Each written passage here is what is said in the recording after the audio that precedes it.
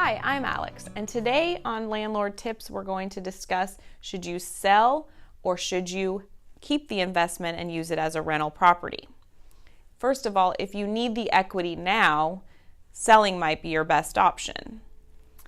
Another thing to consider is if you don't need the equity right now, you may want to compare what you think the property is going to sell for versus your cash flow over the life of the lease. And you want to look at the net after taxes. From this, you can determine what your return on investment will be in both situations, whether you're going to try and sell the property, get the equity out now, or look at the cash flow net taxes.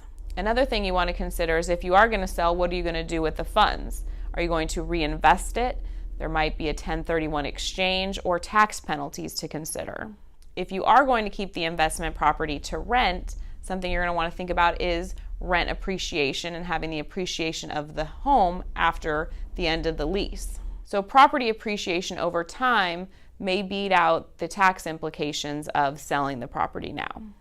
So these are just a few of the things you definitely want to consider in whether you're going to sell the property or keep the investment and use it as a rental. You want to consider that if the stock market goes down, if you do have the investment property, most property value will appreciate over time.